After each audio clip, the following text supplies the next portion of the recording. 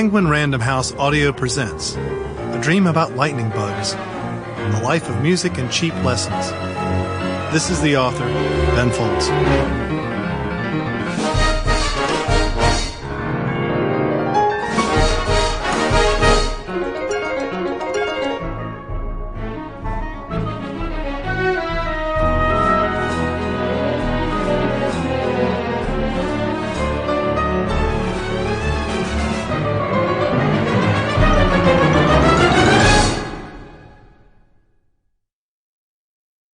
For Emma.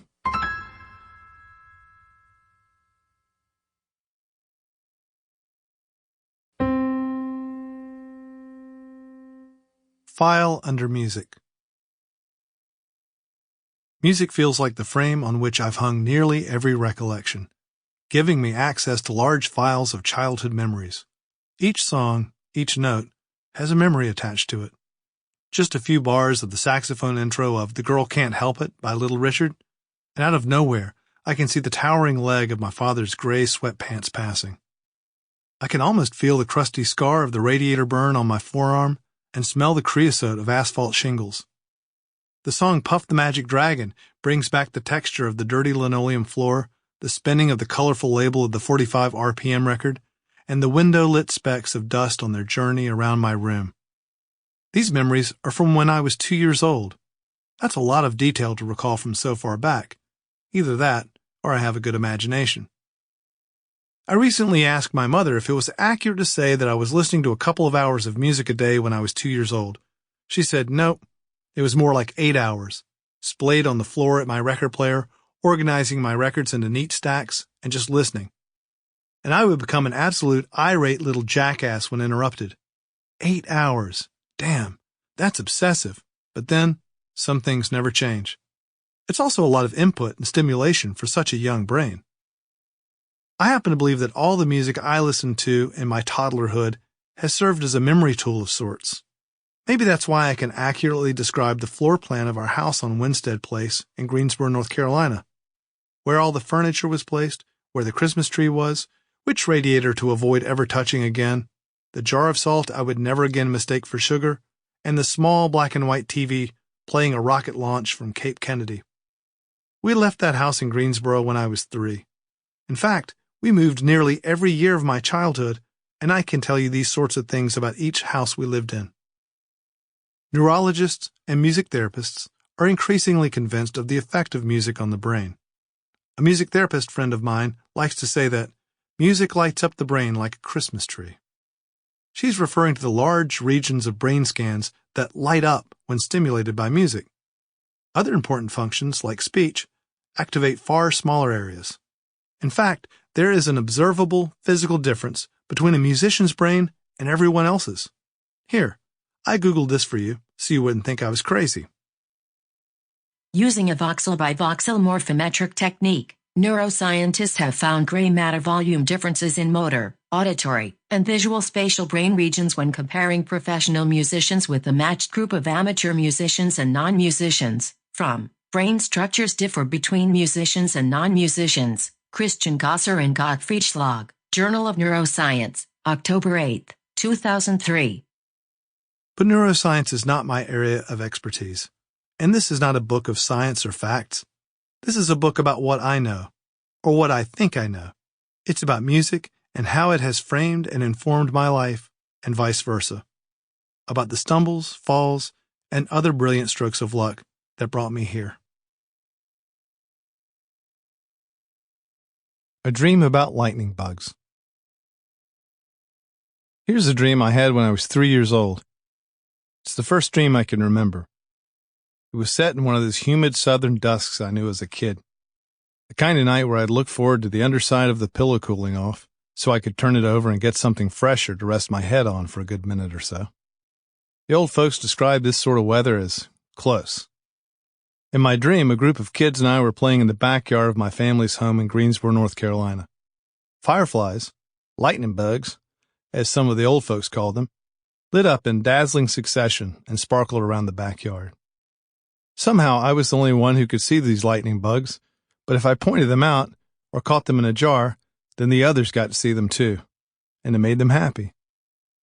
This was one of those movie-like dreams, and I recall one broad, out-of-body shot panning past a silhouetted herd of children, with me out in front. There was joyous laughter and a burnt sienna sky dotted with flickering insects that no one else could see until I showed them. And I remember another, tighter shot of the children's faces lighting up as I handed them glowing jars with fireflies I captured for them. I felt needed and talented at something. Now, this dream wasn't any kind of revelation. Hell, I was barely 3 years old.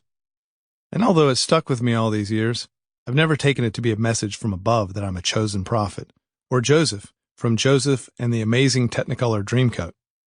However, a half-century later, it's obvious to me that the dream reflects the way I see artistry and the role of an artist. At its most basic, making art is about following what's luminous to you and putting it in a jar to share with others. Here you go, a melody. See? I found it. It's always been right there. That's why it's so familiar. Maybe it was in the rhythm of the washing machine, the awkward pause in a conversation, or the random collision of two radio stations blasting from two different cars, and how it reminded you of your parents trying to be heard over one another. Remove a note, one flicker, and it's the sound of the door closing for the last time, and her footsteps fading into the first silence and forever. But wait, nope. The silence wasn't really silence after all. You just weren't paying attention. There's always sound beneath the sound you hear, or something else to see when your eyes adjust. It turns out there was also the sound of children playing outside your window, and below that, the buzz of a ceiling fan. That's a sound you'd overlooked before, but now it's all you can hear. We all see different flickers in a busy sky. That's where the melodies live. What do you notice that glows beneath the silence? Can that glow be bottled or framed? From time to time, we all catch a split-second glance of a stranger in a storefront window before realizing it's our own reflection. A songwriter's job is to see that guy, not the one posing straight on in the bathroom mirror. As we speed past moments in the day, we want to give form to what we feel, what was obvious but got lost in the shuffle. We want to know that someone else noticed that shape we suspected was hovering just beyond our periphery. And we want that shape, that flicker of shared life experience, captured in a bottle, playing up on a big screen, gracing our living room wall, or singing to us from a speaker. It reminds us where we have been, what we have felt, who we are, and why we are here.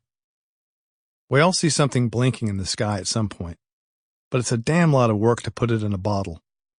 Maybe that's why only some of us become artists, because we're obsessive enough, idealistic enough, disciplined enough, or childish enough to wade through whatever's necessary, dedicating life to the search for those elusive flickers above all else. Who knows where this drive comes from? Some artists, I suppose, were simply cultivated to be artists. Some crave recognition, while others seek relief from pain or an escape from something unbearable. Many just have a knack for making art, but I'd like to think that most artists have had some kind of dream beneath the drive, whether they remember it or not. I'm amazed when someone sees a sculpture inside a rock while the rest of us just see a rock.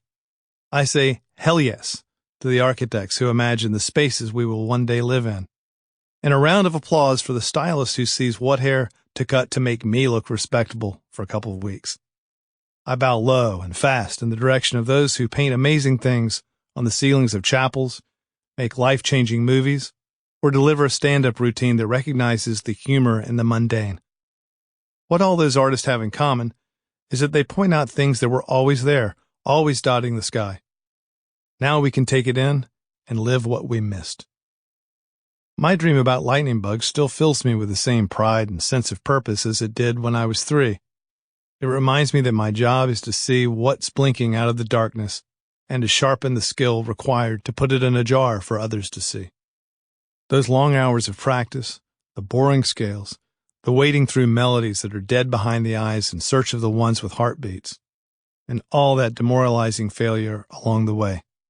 The criticism from within and from others, and all the unglamorous stuff that goes along with the mastering of a craft, it's all for that one moment of seeing a jar light up a face.